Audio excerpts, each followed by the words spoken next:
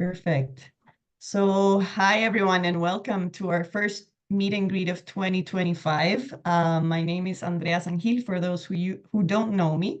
And I'm really excited to have different speakers today and also all of you to talk a little bit more about the economics of popular transport. If you haven't been in a meet and greet before, meet and greets are an informal setting where we can talk about the different topics that we are working on in the popular transport sector and connect with people in our network. I think especially in times like this one where there's a lot of... Gara, can you mute? Sorry.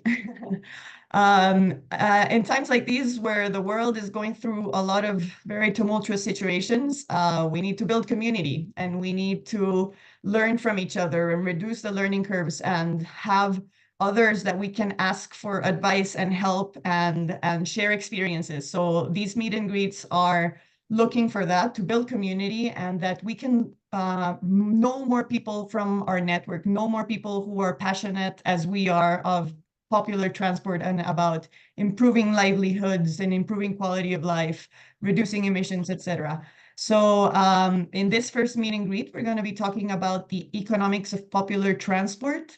A lot of the times when we talk about popular transport and about economics, people think about the business models and optimizing the numbers and all money part in terms of the business of popular transport. But today we're going to try to expand that notion and think about how does popular transport, for example, contribute to livelihoods, not only of the people who are drivers or operators, but also of the people who use popular transport, people who have businesses around that, markets, etc. We can think about also how the business models and the way we are planning to change or improve popular transport might impact livelihoods as well, how popular transport contributes to the wider city economy, etc. So we're going to try to expand the notion of the economics of this sector. And today we have amazing speakers like Alana, Nico, and the Spark team, and Neruda, Alex, and the rest of the Spark team. And we always in the meet and greets, we have a space at the end where we can also exchange, because I know a lot of you here have a lot of experience on this topic as well. A lot of you are helping popular transport operators electrify, others are supporting in improving and optimizing the business models and including technology. So we have a lot to learn about this topic from you as well. So the idea is to have an open discussion at the end. I just wanted to share my screen for a second to show you two things that are important today. And can someone please confirm if you are seeing my screen right now? You see it's it loading, it slide, says. Yeah. Yes. Yeah. I'm just trying to move to presentation mode for a second. Sorry. Yes. So first of all, I wanted to share with you that this year we have different meet and greets throughout the year. This first one is the economics one, but we will be having conversations about safety, security, integration of technology in popular transport, climate action, users' needs and motivations, and also beyond passenger transports, what are other areas in which popular transport is essential. And we are partnering with the Partnership for Research on Informal and Shared Mobility. Jackie will tell us a bit more about PRISM. And Volvo, VREF, Volvo Research and Educational Foundations is our main funding partner for this work. But we're going to be working with other experts in the field beyond the PRISM Consortium. And so also, if you are working in any of these topics and would like to share your work and your research, please let us know. We're always looking for speakers, and we're always looking for new work, new initiatives, innovations coming in the field, so we can learn about them and share with our network. And the second piece of news that we have is that today we are launching a series of documents, and we're calling them explainers, on 2 and 3 wheelers. The first one we are talking about today is the explainer on the economics of 2 and 3 wheelers that was developed by the Spark team in India, who are part of the PRISM Research Consortium. And these explainers are supported by Uber. So we have developed 5 explainers on economics, safety and security, road safety, electrification, and equity and inclusion. Here you can download the explainer for the economics of 2 and 3 wheelers. And if you go to our webpage, you will be able to find all the other explainers starting from today. So I just wanted to share this with you so you can take a look at the document, download it for starting today, and have some context on what we're talking about today. And with this, I'll turn it over to Jackie to say hi and tell us a bit about the PRISM Consortium and how it connects to the meet and greets. Thanks, Andrea. As always, the work that Global Network for Popular Transport does is very inspiring and unique. Always wonderful to hear about all the different work you're doing. So I'll be quick, but I'm Jackie Klopp, and I'm at the Center for Sustainable Urban Development at Columbia's Climate School here in New York City. I have the privilege of being part of the Partnership for Research on Informal and Shared Mobility, which is a open consortium. Anyone can join us, but at the core has both GNPT, the World Resource Institute, and 7 amazing living labs across the Global South. So we have today one of those living labs that is doing really exciting work from Mumbai. And these living labs are trying to take really a much more engaged approach to research, recognizing that a lot of what we need to understand about these systems of informal and shared mobility, or sometimes popular transport, and we can talk about why I like that term and Andrea likes that term, why we need to take these more engaged approaches to actually get a deeper understanding of a lot of the critical issues in these systems. So I'm not going to take up more of our precious time for that. I'd love to turn it back to the conversation today. But I would say one thing that's emerging out of the living labs are a series of really critical gaps in our understanding of these systems and the communities and people who rely on them and make them work, and therefore make cities work in much of the Global South. And one of the big gaps is really the economics of how these systems work. And not, as Andrea says, just like what are the business models? No, it's about what are all the economic impacts, the livelihoods, the labor, that, and what does that look like for these systems? And that's so important for thinking about how to improve them, and the most important, the people who use them and the people who make them run.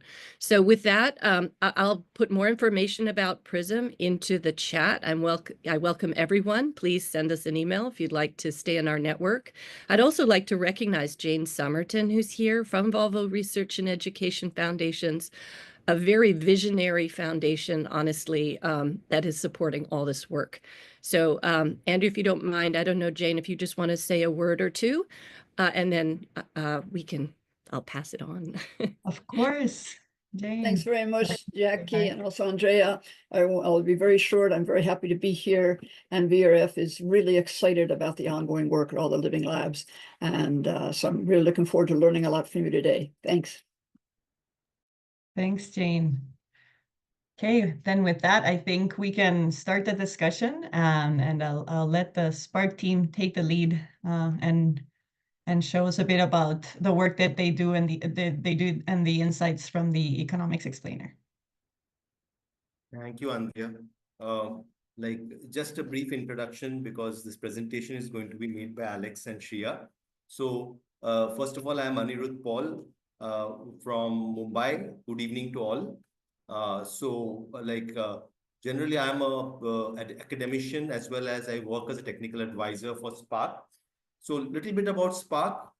Spark is an organization, a non-governmental organization, which works a lot with vulnerable communities, especially informality in India, and trying to address their vulnerabilities, trying to provide resources in water, sanitation, housing, and also we are looking at aspects of climate change among these vulnerable communities. That's just a short introduction of Spark. And the research now that we have done, the explainer, especially the work we have done, is primarily through secondary sources and also through the work that we are involved within the PRISM network. So a lot of it also is our experiences that we have got from site. So with that, we will share both secondary sources as well as experiences from the site. With that, I call in Alex and Shia. Are you all there? Alex? Yeah, we are here. Okay, fine. You can open the camera. So we have shared the screen. Yeah, Alex, you can start. Yeah. 1 second.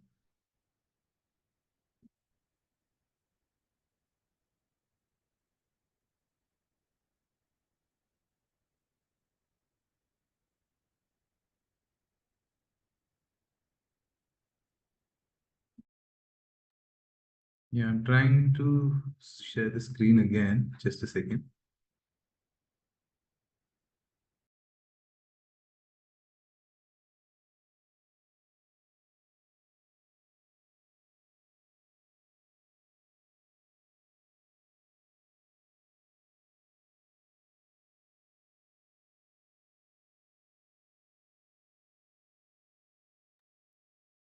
All right. So we're part of the Spark team, as Aniruddha introduced. So I'm Alex. And I'm Shreya. Okay. And so this explainer, we were trying to talk about the economics of 2- and 3-wheeler popular transport. When we started with the paper, what we observed was there's there's a huge gap and literature gap, especially around labor and livelihood, and looking at the economic situation of the of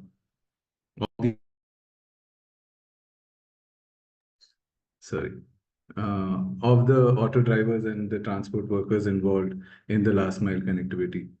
And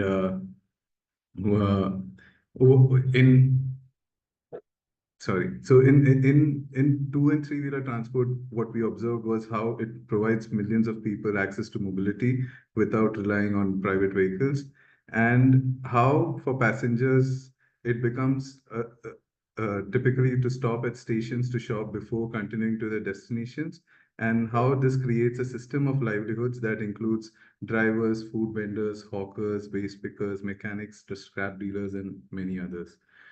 And over here, what we are trying to show through the graph is also in Narasupara, where we tried to map the number of trips which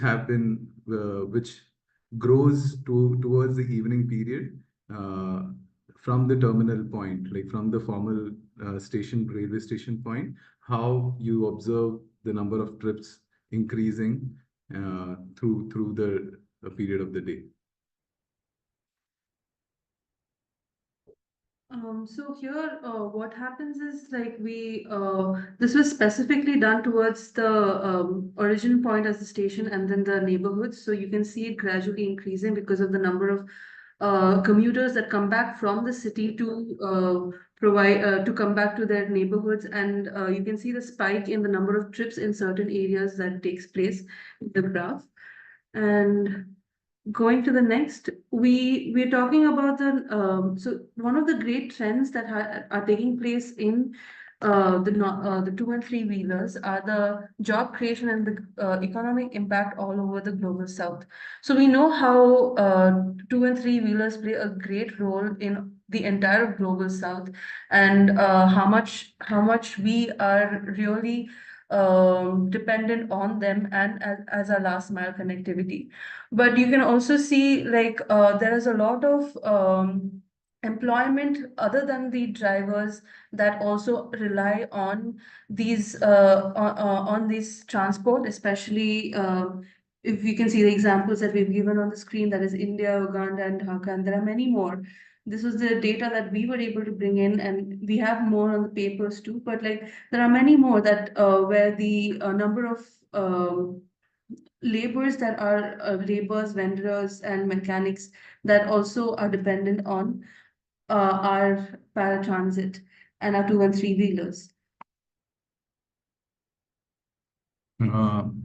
So over here, in the next, one of the key trends which we observed was how these nodes become transport hubs and a thriving point for the local businesses.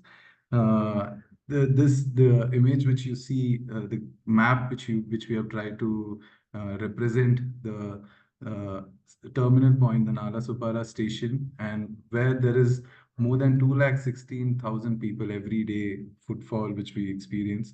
And as you see, there's like auto rickshaws and vendors, and from different forms of vendor, from food vendors, there are fruits and vegetables and clothing, and so how that whole system plays out, and how it provides business for a huge number of people at these nodes.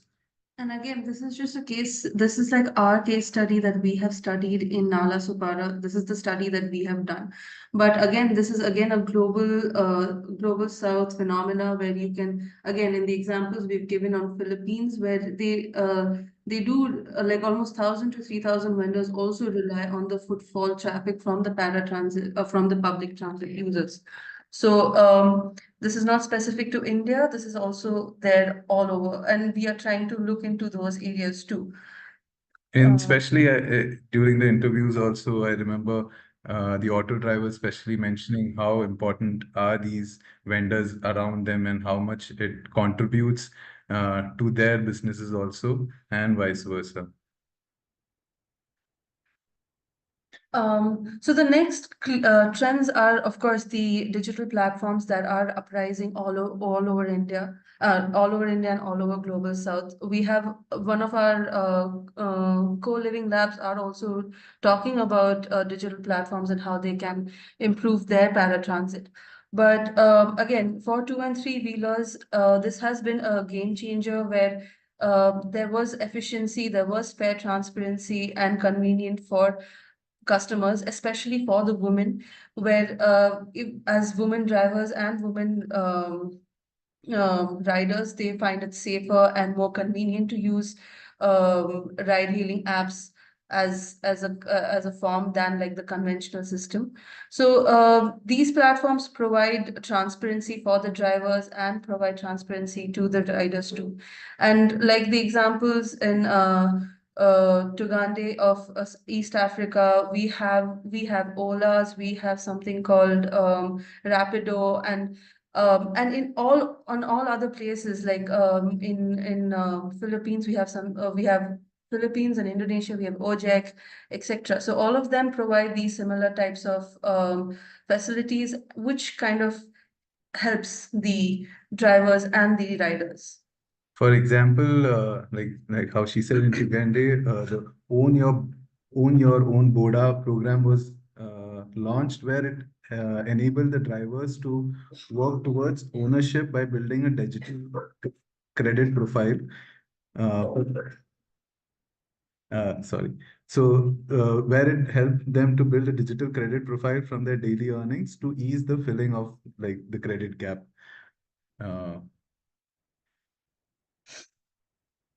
Now, when we look into challenges, one of the major challenge which we've seen is lack of government support, especially in Nalasopara, where it being one of the peripheral areas, growing hub for mostly working class people, a large amount of the investment is like you don't see public infrastructure funded by the government. There is a huge amount of ground bottoms up where people themselves are coming up, and especially in informal transport, you see where the waiting zones and the waiting areas and resting points, mostly designed by the people itself, wherever the most footfall is seen around the station areas. And there is again in the case of Nalasopara, we have seen how the change in permit system had suddenly increased the number of autos, leading to competition among people. So there is like the sudden spike in through the interviews also we understood how in the last 10 years a sudden spike of autos have resulted in competition between auto drivers, leading to very less amount of income through the day. And the next thing that they majorly have a problem in is accessing finances and accessing loans for their purchase of their vehicles. Again, this is the examples we have given here are specific to Nalasopara in India, where like we can see in the in like lot of we can see in the pie chart where like almost around 40% of their entire income goes into their auto expenditure, which also majorly includes on their loans and their debts that they need to pay up for. And for that, like we have banks and private banks which provide loans, but they're for the drivers itself, these are like very high rate of interests with like lot of documents required, which major of them don't have. They don't have maybe a proof of income. They come from migrated areas or cities to work here as auto drivers, and they don't have such documents. And this results them to either fall upon money lenders who don't take in all of these documents which are actually necessary for the roads. And this results in like putting them in financial debts. These people can rip them off. They can take away their money and increase their rate of interest anytime and any point of day. So there is no format of it, and there is and this requires them to finally surrender the vehicle or like have or go into bankruptcy where they can't even afford to buy food for home. So this system is actually this is where they kind of have a lot of problem. And because major of our auto drivers are like many of them are illiterate, and many of them are like less educated, they do fall under these sort of traps where they kind of get into.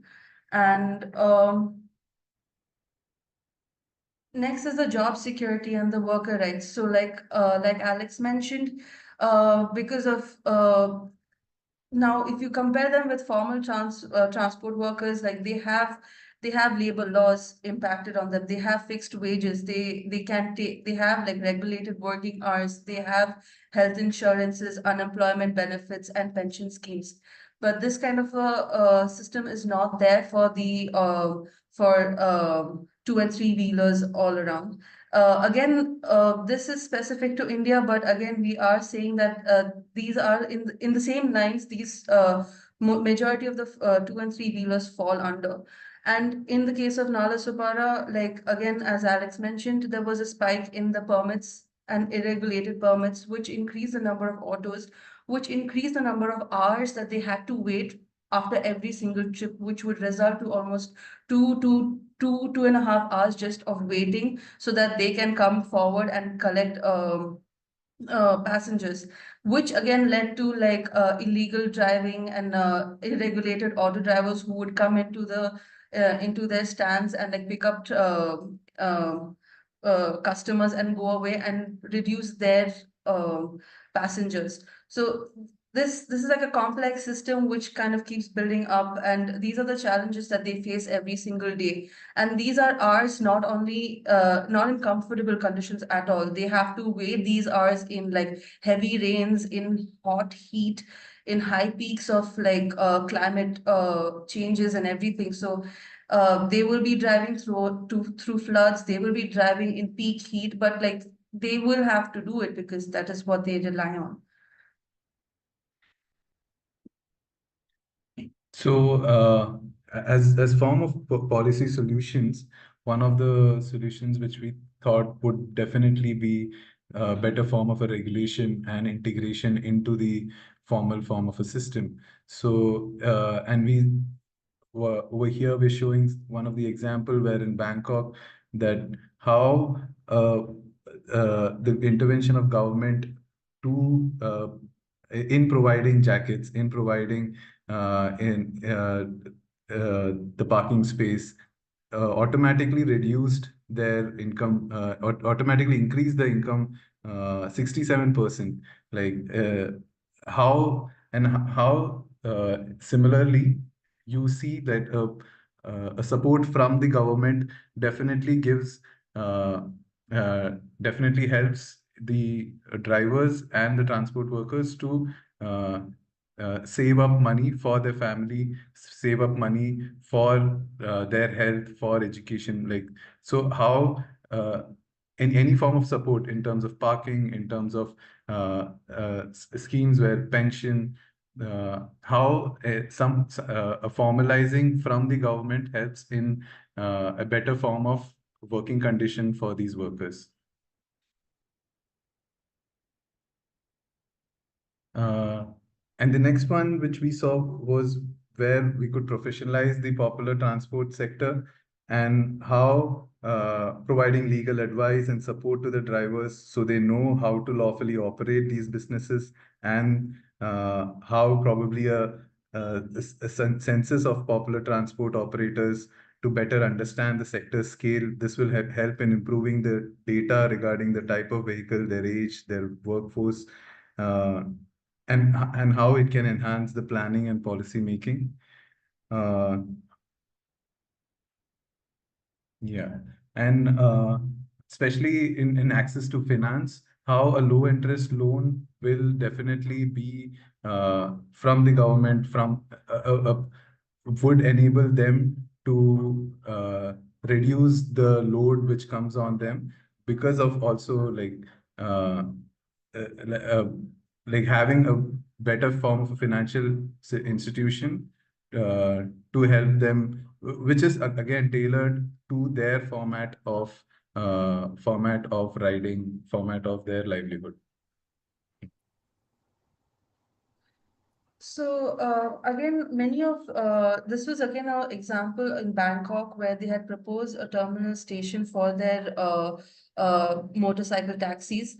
Now, these kind of interventions in the cities and small architectural interventions within the cities can help the drivers and the passengers to move in and have especially for the drivers, they have like a resting space, they have like a parking area, they have spaces provided to like stand, an organized way for passengers to come in and board the vehicles and move out. So these sort of interventions, infrastructural interventions can actually provide a high, them a lot of comfort and a lot of safety, especially for customers and drivers themselves.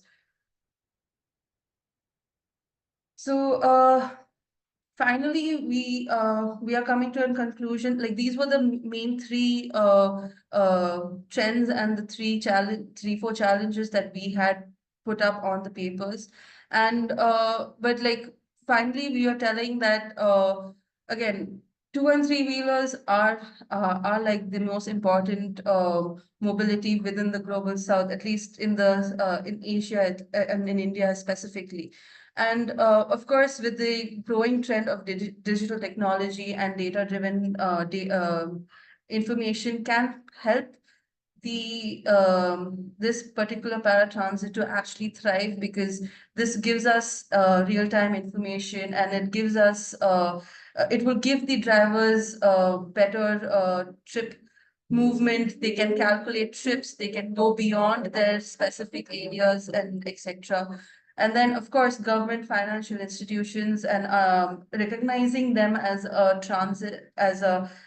transportation and giving them certain benefits will increase their lives and livelihoods for the coming future. And also because a lot of these street vendors and other transport related people who are dependent on this, once this starts getting what do you say, there is some sort of a regulation, everyone starts getting benefited, everyone makes profits, and everyone thrives out of it. So we come to the end of our presentation, putting out these paper, and we hope you can get a chance to read it from the GNPT website. And yeah, we're open to questions now. Thank you. Thank you. Thanks so much, Alex and Shreya and Neruda as well. This was amazing work. I think I forgot to give some context about the explainers themselves. These explainers that we are working on and that the Spark team helped us develop specifically for the economics part, essentially what we look to do is change the narratives around 2- and 3-wheelers, which are essential transport in so many places around the world. And we're seeing that cities continue to ban them and to restrict their accessibility and to displace them from certain areas where they're providing services. So that's why we think it's really important to provide more data, more narratives, more stories about how they contribute to the economy of the city, the livelihoods, other types of businesses, access to opportunities, to jobs, to employment, etc., and how we can do this. So thank you so much for the policy recommendations as well. I will ask the crowd to keep the questions because we're going to have a big discussion space at the end. So I will actually segue to Alana. We're going to be learning beyond the 2- and 3-wheelers about other types of popular transport in other places around the world, and the element of labor, which is a big part of the economics of this sector. So Alana, feel free to introduce yourself and the work that you're going to present. Hi, everyone. And it was really great to have that case study from Mumbai, because a lot of what I'm going to say actually really reinforces some of the work that's been done on 2- and 3-wheelers. So just to introduce myself, I'm the Director of Urban Transport at the International Transport Workers Federation. So for those of you who haven't, don't know about us or haven't had a relationship with us, we're an international organization of trade unions in transport. At the moment, we have over 700 unions from different countries around the world affiliated, representing about 18 million workers, including many from the countries that many of you are from. So India, South Africa, yeah, all over the global south, as well as North America and Europe. And it's interesting for us because our affiliated unions are a real mix of formal workers and informal workers. So it's the kind of full range, they reflect the full range of different employment relationships in different sectors of transport. So what I want to share today, and I know some of you were in the webinar yesterday, is some of what we're learning about working conditions and livelihoods in informal transport through a methodology that we've developed called labor impact assessments. And I don't want to take a lot of time today, so I'll only describe the methodology very briefly. I'm also afterwards going to put a link to the report that we launched yesterday, which gives a much more in-depth account of the methodology. But just before I start, I want to, really thank Andrea for recognizing the importance in all of the work that we do of addressing the question of employment and livelihoods. Because when we talk about the economics of popular transport, underpinning it is a model of employment which is based on extremely exploitative and precarious work. And the findings of our impact assessments really reinforce that. So, sorry, my slides are not changing. Just give me one moment. Okay, there we are. A bit of panic there. So we've done about 6 of these, and when I say we, I'll explain that. 6 labor impact assessments. They were commissioned for an organization called the Global Labour Institute. In 3 of these cases, of these country cases, Nairobi, Dakar, and Abidjan, those cities, the ITF commissioned them directly, and the other 3 reports were commissioned by other agencies, but using a very similar methodology. And then the report that we launched yesterday, and which I'll give you the link to, is a real synthesis of all the findings from these 6 reports that the Volvo Foundation funded, and was very keen to look at what the international relevance and application of these findings would be in the context of public transport reform, particularly in the global south. So just very quickly, in terms of what the methodology is, this is it's a very participatory methodology. It's based on doing surveys, focus groups, in-depth interviews with informal transport workers themselves. And what we found, because trade unions and workers' associations were involved from the very beginning, that it was much more likely that we got accurate and honest information from workers who trusted the organizations that represented them, and were less reluctant than they would be if it was outside academics or consultants.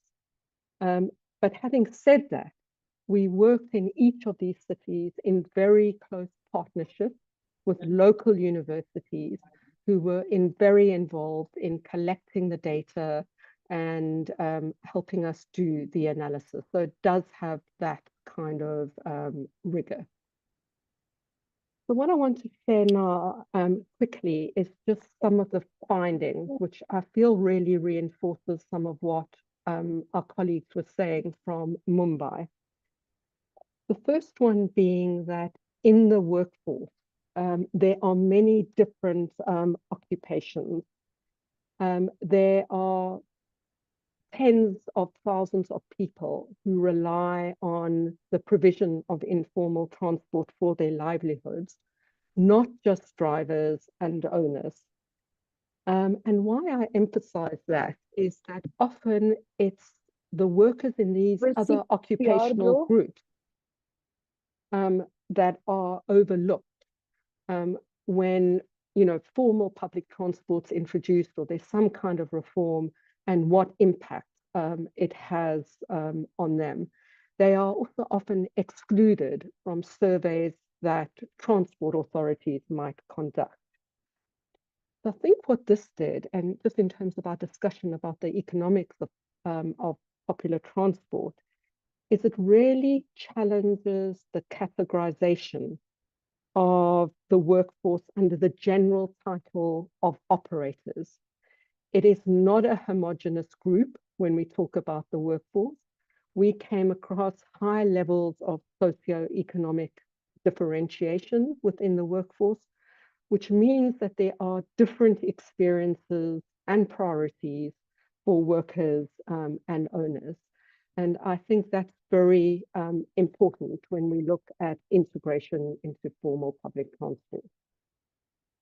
The next area that I just wanted to highlight, because it really underpins the overall economic model, is that it's driven by the so-called target system, within which the majority of the drivers in informal transport are informally employed by the owners. What this means is that the drivers pay a daily or weekly fee to the vehicle owners, and then their earnings come from whatever is left after subtracting the target fee as well as other expenses that a driver would have. For example, petrol or maintenance of the vehicle. And you'll see in the report when you get a chance to read it, what this means for the very meager wages that workers earn. It also has serious negative impact for drivers and for passengers, because with drivers, it incentivizes them to work very long hours and to drive aggressively and dangerously in order to meet their daily target. So again, looking at the economics of the popular transport model, I would say that this is one of the biggest systemic problems underpinning the model of employment in informal transport. And then just very quickly, because this also, reinforces some of what was said earlier, we had through the labor impact assessments, a very concrete idea of the types of problems that the workforce faces within the current business model. And just very briefly, police harassment, very insecure and precarious work, no access to any legal rights. The majority of workers don't even have a contract of employment, little or no social protection, extremely long working hours, a poor working environment without access to shelter, to water, to toilet facilities, lack of respect from both the authorities, other institutions and passengers, and high levels of crime. So I just want to highlight as well, in terms of what we found out about women's employment in informal transport, that you find, I suppose unsurprisingly, that women are excluded from those occupations in informal transport, which are more secure, which tend to be dominated by men. And they're also very strong cultural barriers to women in the industry who face a lot of hostility. In terms of some of the workers' problems that I spoke about, some of those have a disproportionate impact on women. So the lack of social protection, which means there are no maternity rights. The lack of, sanitation means there are particular health and safety implications for women. So those have disproportionate negative impacts on women workers. And then very widespread sexual harassment and violence, with a lot of the people we interviewed saying that they have no choice but to put up with that, because otherwise there's no way of keeping their job. I'll talk about this only very briefly, but I know in the previous presentation you were emphasizing looking at the integration into formal public transport, which we completely agree with. But it's interesting where that is happening. There is often a lot of opposition and negative feelings about it. Most surprisingly, in the case of bus rapid transit, there was a big fear about job losses. Also, lots of criticism that there wasn't effective consultation. There was a lack of, respect for the experience and knowledge of informal workers. And there's generally a suspicion that when formal public transport's introduced, it's a way of driving the poor off the street. So I think there's a lot that we have to do in terms of, what formalization looks like and how informal workers see themselves as an integral part of that. And this is interesting when we talk about, the economics of popular transport, because the majority of workers that were interviewed find it very difficult to envisage a public transport system that operates under a different business model to the current, cash-based fill and run system. So there were a lot of workers that were very negative about the idea of scheduled services, fearing that it would lead to a decline in work and income. And many believe that the reorganization of the system into operating companies would favor some workers and not others, and it would depend on who you have family relationships with or who's known. And then, interestingly as well, quite a lot of opposition to going cashless and using, automated ticketing. Worried about that passengers would defraud them, or they wouldn't have cash to cover police bribes and other daily expenses. There was a lot of interest in fleet modernization and driving less polluting vehicles, but with a very strong kind of opinion that governments or authorities should be paying for new vehicles. So just very quickly, I'm not going to go through this in detail at all, just what we are proposing in terms of policy solutions.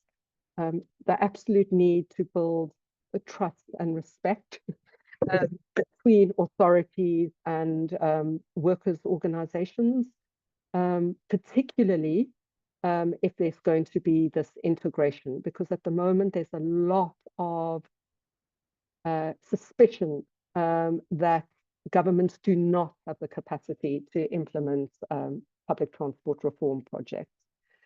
The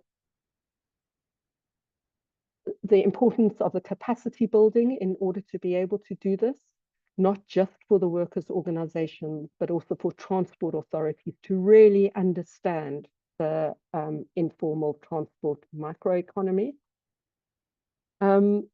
I thought this was interesting. How to address the immediate concerns of informal transport workers. This was a quote from a worker saying, why wait for BRT? In other words, formal transport. Why can't the government deal with the Matatu issues now? And, we've got a number of proposals, which you'll see in the report, related to alternatives to the target system, gender discrimination, access to vocational training, how to deal with harassment and corruption by the police, improving working conditions. And working conditions is an interesting one, because I think where there's an interface between formal and informal public transport, there's a real opportunity for the facilities of formal public transport to also benefit informal transport workers. And then access to social protection and affordable capital and access to loans, like we heard from the previous presentation. And then just very lastly, I want to end with this, which is the importance of not just adding this on when there's public transport reform, or for these processes, like the work that we're all doing, to be happening in parallel. They should really, employment issues, livelihoods needs to be mainstreamed into how public transport reform is envisaged, is conceptualized, is planned, is implemented. And we went further and said it should be a condition for the financing that governments receive from international financial institutions. Thanks, Andreas. I hope that was a real snapshot of this quite in-depth report. And I'll put the link into the chat now. Thanks so much, Alana. And I think this presentation really complemented the previous one. I think in the previous one, we heard a lot about integration, the infrastructure, professionalization, and I think with this, we get an insight of all of these processes are important, but we really need to understand what the workforce looks like, what their reality is, what their conditions are. So an integration process or a professionalization process will actually cater to their needs. There's many moments where the negotiations will only happen with maybe the owners, but they are not aware of the realities and the needs of the workers. And so we really need to do data-based decision-making and to have these insights of what the workforce looks like and how the business models might impact them. And I really like the why wait for BRT. I think that is one of the messages that we've been pushing in a lot of the discussions we've been having internationally. That is, there's so many places where governments are not making any changes because they're waiting for a big project, a big BRT, and there's funders that will only fund this type of work, but popular transport is everywhere, and not every city can have a BRT, and popular transport is working right now. And so if we want to improve people's livelihoods, if we want to improve the local economy, the economy of this sector and the city itself, then we could start now if we really want to. So thanks again to both for your amazing presentations, and I will hand it over to Nico to help us do a wrap up and a reflection of the insights, also based on his background, which he's done amazing work on all the economics of popular transport. So he will give us some more insights on this, and then we will have an open discussion. So if you have any questions or comments or any insights from your work, please also join into the conversation after Nico kicks us off. Thanks, Alana. Thank you, Andrea. Good afternoon from my side. Good afternoon from sunny Cape Town, where the sun is setting on a beautiful summer's afternoon. And good morning and good evening to colleagues to the east of me. Perhaps just a very, very quick disclosure up front, Andrea. Alana, when you put your screen up with the reports, I think I've had a hand in different capacities, wearing different hats in at least 3 of the most recent studies. So just for the benefit of the meeting, in what we do, I don't go anywhere without actually making sure that we commission one of the studies that you've seen here.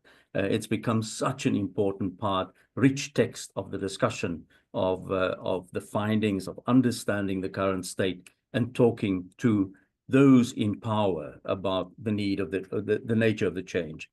So, Andrea, I'm going to try and be very brief because I tend to sort of drift off and, ramble on. I made 3 observations across the 2 presentations that we saw. I'm going to share those quickly, and then I have 2 or 3 questions I'd like to throw in to get the conversation going. But please also from the presenters, responses to these observations. My first observation deals with what I call, noted here, the centrality of the informal transport sector in the informal economies of the cities of the Global South. In both presentations, the takeaway for me is center to informal economy is informal transport. This is a major generator of cash, and a lot happens around the energy that is generated by the informal transport in our cities. So, of course, there's a question looming there. What do we do with all of that energy? What do we do with the central position that the informal sector, transport sector, occupies in the larger informal economy? How do we leverage? That's the question we're going to come to. The second observation I made, and this is very stark from the first presentation and from the second presentation, is the need for, and I think the term was used, formal recognition of what I put here, the place and role of the informal transport sector in, to use transport language, a multimodal system, but also the place at the table, which has got to do with access to power, access to influencing and informing decision-making. So I think from that first observation, this is a sector that is so central to everything that constitutes the informal economy. Why is this sector not granted the space to engage? And I think that's a critical observation for me, both in terms of the place and role in we spoke about first and last mile, etc., on the 2- and 3-wheelers, but even that is not formally recognized. And then together with recognition, in fact, I had the 2 comments linked and then I separated them, the need for inclusion. So I think following on recognition is the need for inclusion, a very central theme. and inclusion in both transport planning, regulatory reforms pertaining to transport, but also inclusion in access to financing, for instance. And then finally, I think very important in the first presentation and the second presentation, inclusion in the design and functioning and management of public transport spaces, because this industry is actually very central to that. And there are some very good case studies around this, where government has actually sat down with the industry and never, I saw Jackie or somebody posted a question in the chat. You know, I think our biggest fear is always when you look at the vibrancy that the informal transport sector brings to spaces of connectivity, interchanges in transport speak. Often the bureaucrats go away and turn those into complete sterile spaces. You know, so if the informal transport is involved in this, I think you can find a much better balance. So the need for inclusion in planning, regulatory reforms, access to financing, and very specifically, the design of public transport spaces. Now, to my three questions. The first question I have is, and Alana, maybe you in a good position, because a lot of your work focuses on the employee in the industry or the sector. But for me, the first question, and I'm really keen to hear responses to this, where is the seat of power in the informal transport sector as we experience it in these case studies in the cities that we live and work in? And linked to that, and again, I had them one question and then I broke them up. What is the state of consolidation of the informal transport sector in these case studies and in the cities that we live and work in? Because without consolidation, we are not going to be taken seriously. And Jackie, you and I know a lot of the East Africa cases where fragmentation in the sector is used for political expediency purposes, you know. We become the cannon fodder for the next presidential election, that kind of thing. And specifically 2- and 3-wheelers, very susceptible to that. And then my third and final question, Andrea, is how do we establish, and it's maybe a loaded question and I apologize for that, but how do we establish a constructive working relationship? And I'm not going to go stakeholder wide here. I'm going to narrow this down between government, i.e. the authorities at whatever level, and the informal sector. So that's my third question, is because to get out of the rut that we're in, I think there's only one way out, and that is to work towards the establishment of a formal working relationship. Those three questions, hopefully clear. I'm not going to repeat them. And on that note, let me put on my mute and rather participate in the discussion. Thank you. Amazing. Thank you so much, Nico, for posing us these questions. And I will actually open up the floor to the rest of the participants. If you have any insights on what Nico threw out there, we have a space now to discuss and to share some insights and yeah, experiences. I don't know if anyone wants to kick off the conversation. Even any of the speakers, since some of the questions were also addressed to the speakers, and then we can continue.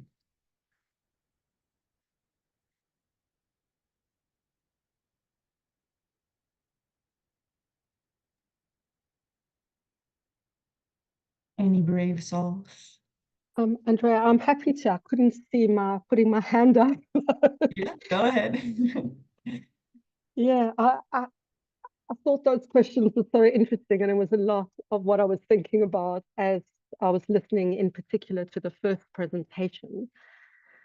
And I think what I wanted to reflect on is, this idea of transport hubs as well, and what that means in terms of how we bring together different groupings within informal workplaces so that they are more effectively organized to represent their interests and have their voices heard. So what I mean by that, in a transport hub, and we've done a lot of this work as the ITF, challenge the definition of what it means to be a transport worker. So it's not just the people driving the vehicles, it's all the occupations that surround, the maintenance of the vehicles, the painters, the cleaning of the vehicles, but it's also the traders. It's also the other informal kind of work, which is servicing that kind of hub. But I have to say, in terms of that kind of community of interest or coming together of those different forms of work, there are very few examples of where that is happening effectively. The level of organization is still quite fragmented.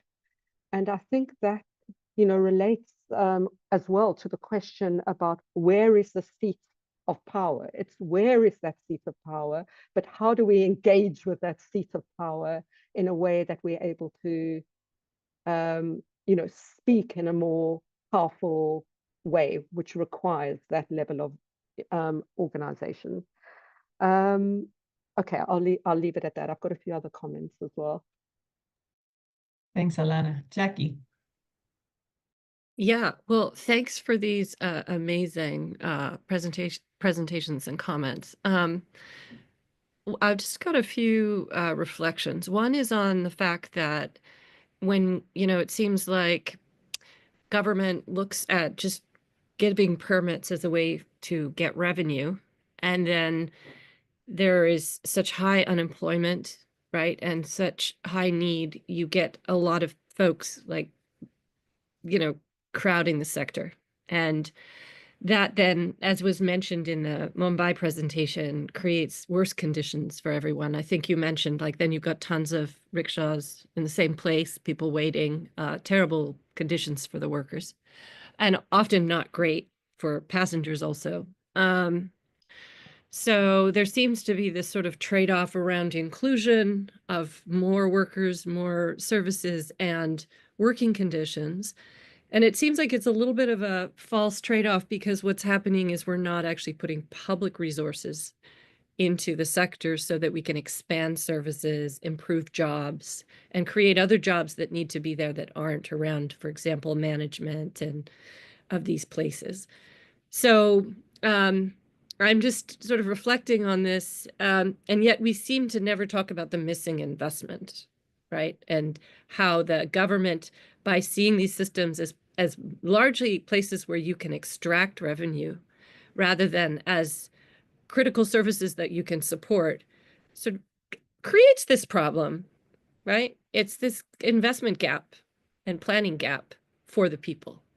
And I wonder if we're just in such a neoliberal moment that we're not even articulating it that way, right? So we're kind of letting the government off the hook and kind of looking at, these business models and these problems with the sector.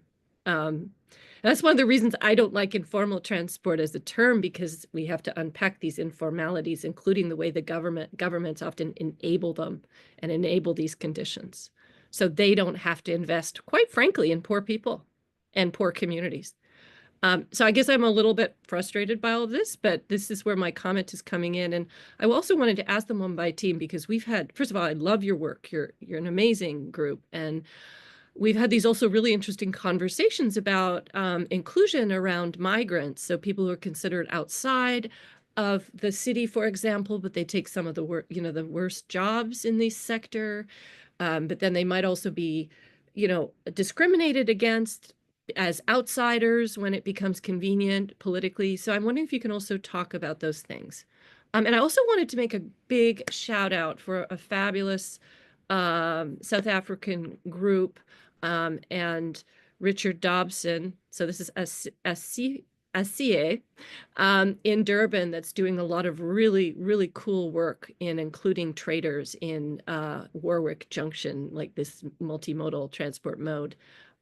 So big shout out to Richard Dobson, and I think we should also make sure we include him at some point in these conversations, and his group in Durban. Great, I'll stop there. Yeah, thank you, Jackie. Okay. Okay, so we will take some of these questions and respond. So one of the aspects which also, like, we have been looking at is this understanding of the complexities of the migrants who are like in lot in number, who drive the auto rickshaws. Place also of coming from like existing villages who also drive auto rickshaws. So there is always a constant tension between the migrants coming from other states and the locals.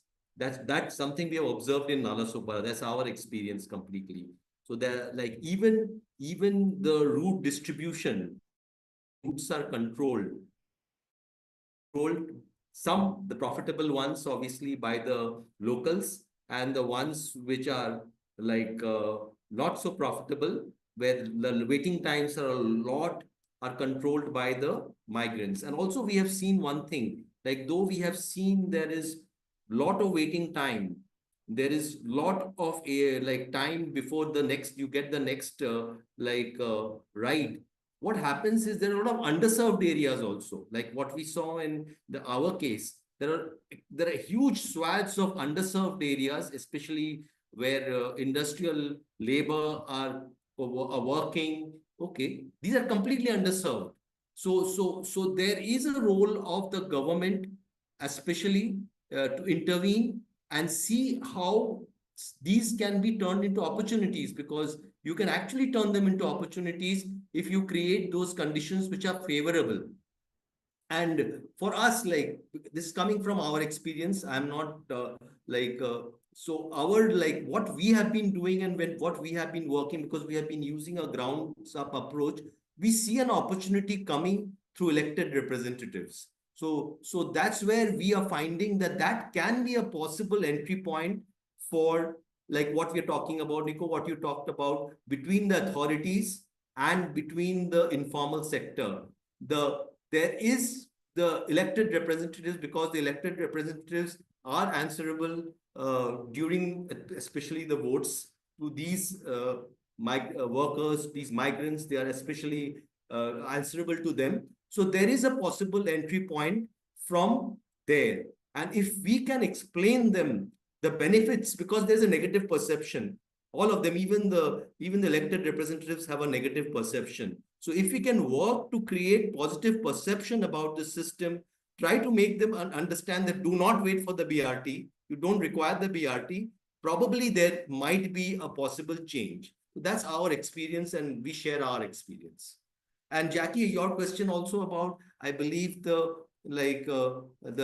need to include the vendors. Okay. Like now we realize that these are sectoral, especially in our context also. These have been like the vendors are not looked at as a part of this ecosystem. We realize that they are a part of this ecosystem. In most stations in Mumbai, you will see how the vendors and the transport like is connected actually, but we see them sectorially. So vendors have a national hawkers policy is there, but talk about space. Talk about providing space. But what you require is an integrated plan of the station areas in Mumbai. Let me tell you, the Mumbai station plans ends only with the station. The Mumbai urban transport plans, which since it is controlled by the central government and also there are state entities, they only look at the station area. They just don't want to look beyond the station area. But this is something I think we, through our work, we will try to engage with. Yeah, and just adding on to what Paul said, where like how the power functions between a migrant and a local, where you see when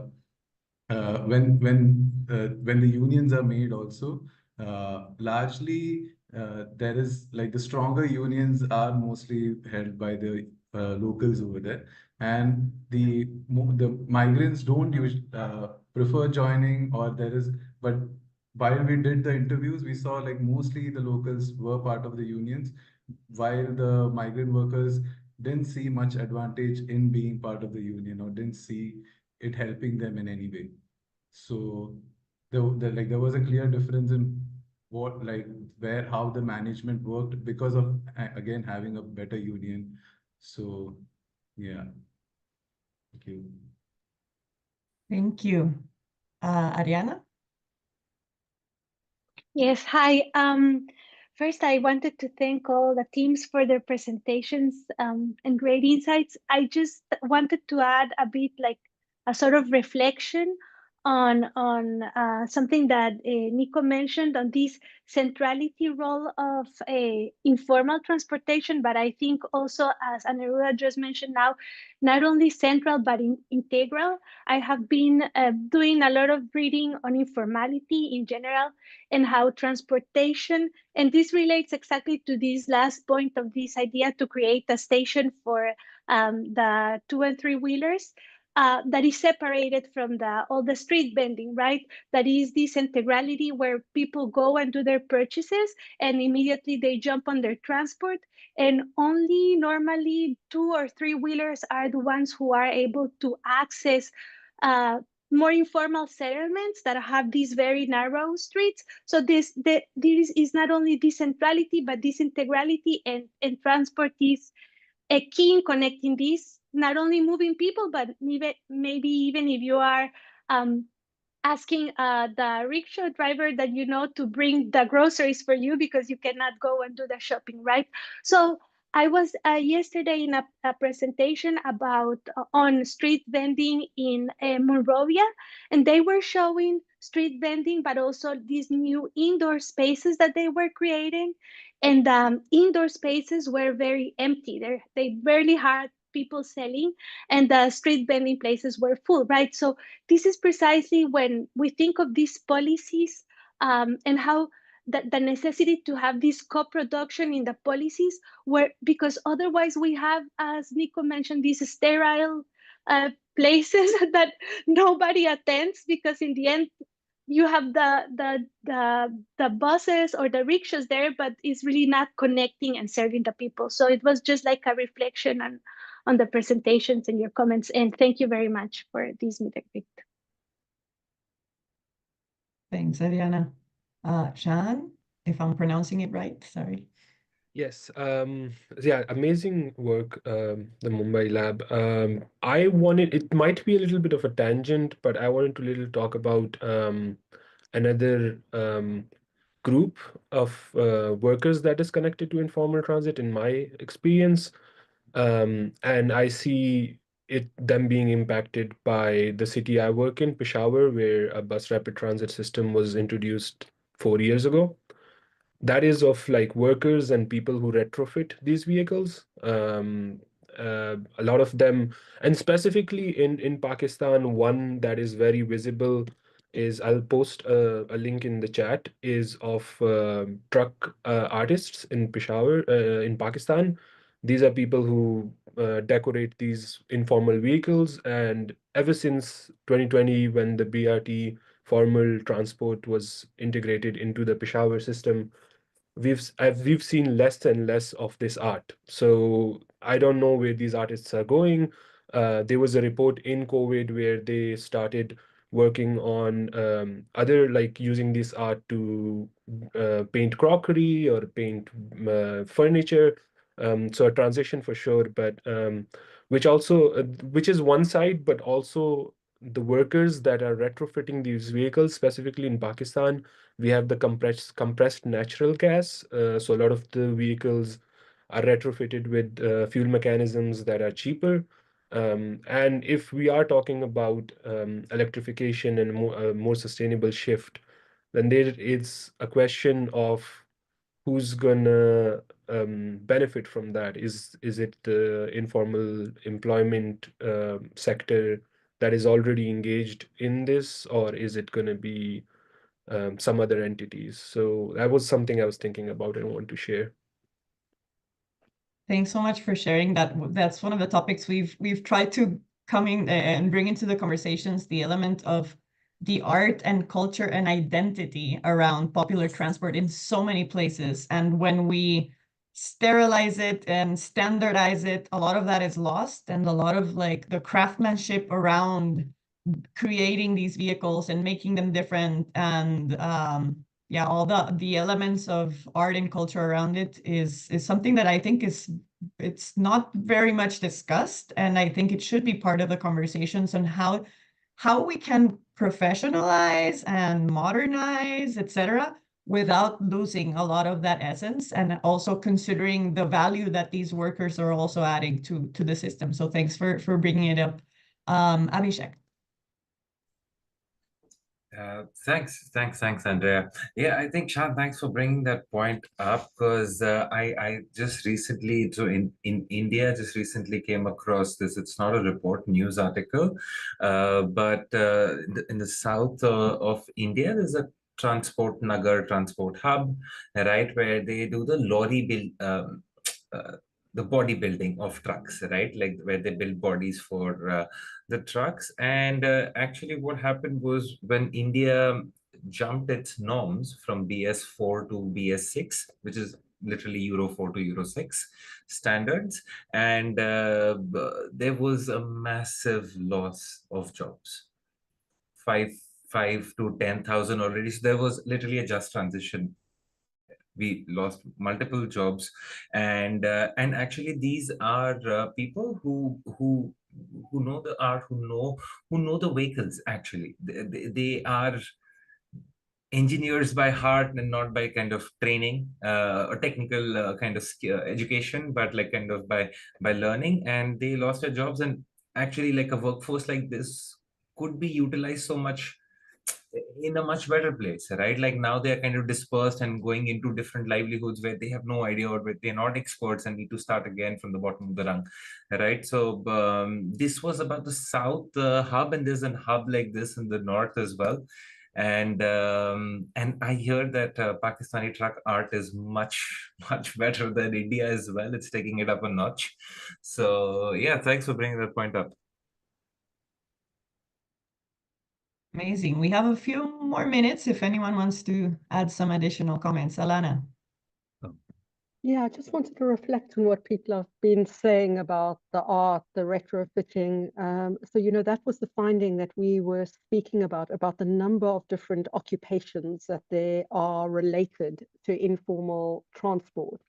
And yet in the mainstream policy discussions, you only really hear references to the owners or the drivers.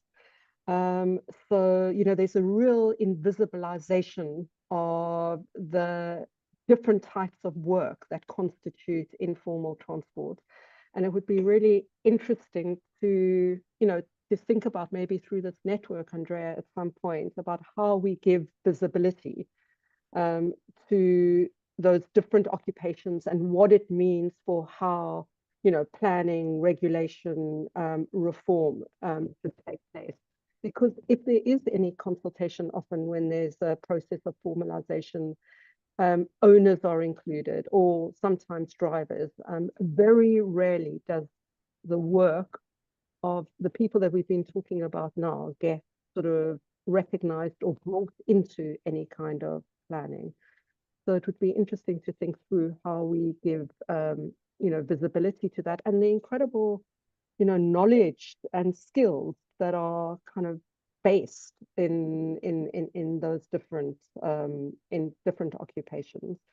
So that's another thing that we've been saying through these labor impact assessments, that the knowledge that workers have who carry out these different types of, economic activity or work is an asset that needs to be drawn upon. They often know where the inefficiencies are, where the problems are, what the root causes are, and how things can be improved. And that's not just owners, it's not just drivers, it's all these different categories of informal transport workers. Thanks, Alana. Definitely will take the point. And also from some of the things that Nico had mentioned, I wanted to also update you on things that we're doing that align with this. Of course, one of the first things we're doing is always collecting experiences and case studies so that we can share how this is being done in other places. For example, we recently were in Egypt, in Cairo, and we saw the investment part that Nico was saying and the infrastructure that we've been discussing, where a local government established a minibus taxi stop, a 4-story building with infrastructure, with toilets, with signaling technology.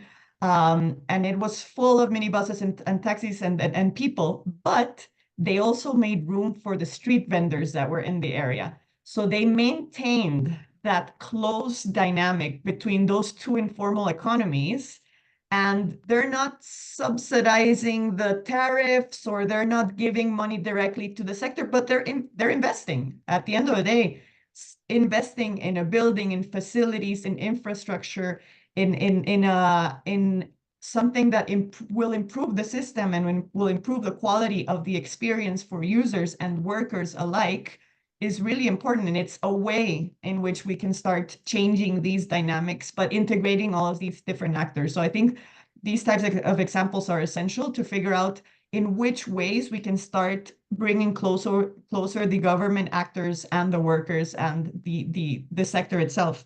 In terms of the working relationship between the governments and the sector, I think that is one of the things that we want to focus on this year.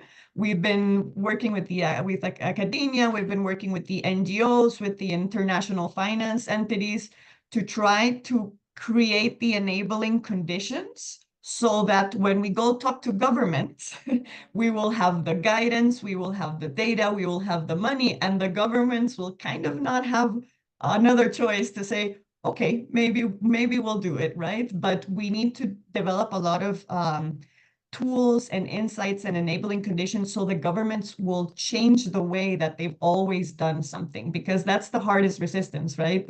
The resistance to change. It's like, why am I going to invest? Why am I going to develop new regulation if this works and I don't have to do much to make it work, right?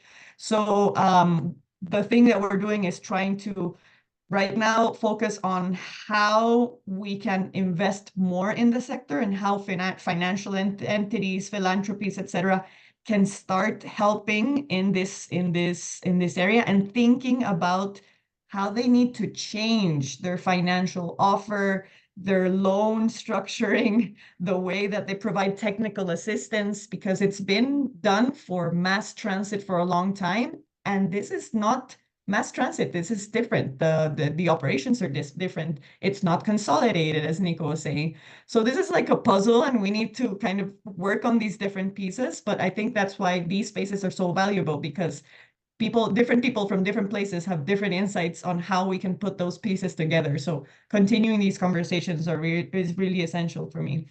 And on the consolidation, I think the work that you're doing with the unions is really essential, or the research that's being done on the way that these workers organize in different places. But I do think, and I think that's one of the key reflections from this conversation, is that we really need to think more about the workers and what types of workers and make it visible. So I'm going to take that as some homework for myself on how to increase the visibility of what we mean by workers, right? Because it's such a huge diversity of different workers that contribute to this economy of popular transport.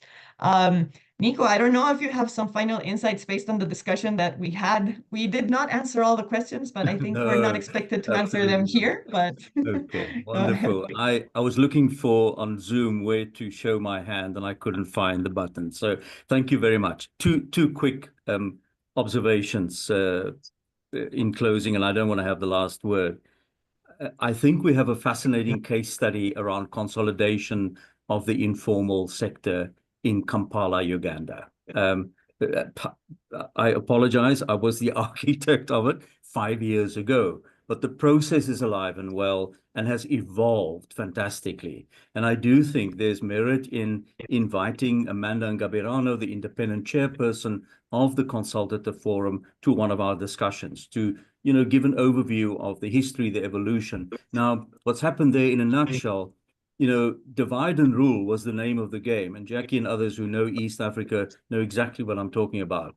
So State House, as it's called in Entebbe, when there's problems in the informal transport industry, they would have one-on-one selective discussions. And Alana, I think since the work that was done by GLI in 2020, 2021, and today, it would be fantastic if we can, find the money, the resources to go and do a formal update on this. You now have 6 worker-based or driver-based unions consolidated in the Ugandan Transport Operators Federation, UTOF. And my point here, Andrea, is a consolidated industry as an industry that gets taken seriously by government.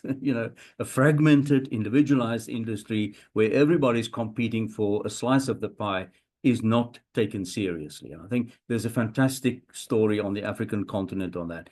My final point is perhaps more, maybe slightly controversial, but let me share this. In terms of Alana's presentation, again, I'm reminded of the extreme exploitative nature of the target system, the tenant-landlord model, which is pervasive in the informal transport sector. And my thought was just, we sing the praises of e-hailing systems, etc. I know Uber is funding part of our work, etc. But we must be very careful that we don't replace the owner-driver model with an absent landlord that sits in the form of a tech company. Who works for whom? And what's my solution on this? I use Uber a lot, for instance, in my hometown. I think a shift and facilitating the shift towards more owner drivers. Alana, I know there's a much more complex employment relationship, but at the heart of this industry sits the driver. And if we can empower the driver, I think a whole empowerment dynamic can flow from that. Thank you so much for allowing me a little bit of airtime at the end, Andrea. Great discussion. Thank you. Thanks so much, Nico. We're at time, so thanking you all again. Eris, if you want some info on the professionalization with support of the government, the Mexico City case study is amazing. They've done a lot of amazing work on that. You can drop me an email, and we can share you some information on that. But yeah, thanks so much for everyone for attending today. We've lost some of our crowd, but I think it's usually the transport geeks that want to discuss further at the end. And so thanks for all your insights. And it's always really, really enriching to have these conversations and brainstorm and think about new ways and exchange these experiences. So we will be happy to meet again in 2 months. In April, we will be talking about safety and security, which is one of the main topics that everyone asks about when we talk about popular transport. The narrative is that it is dangerous, that people should not use it, but people still use it. So we can think about why people use it and how we can make it safer and improve people's experiences. So we will be sharing the exact date soon when we manage to align all the speakers and the dates. But just so you know, we'll be talking about that in a couple of months. So thanks again for attending, and hope you have nice days, nights, or what time it is where you're at. Thanks so much. Bye-bye. Thank you for a wonderful Thank session. you. Thanks, everyone. Everyone, thanks, Sandra. Bye.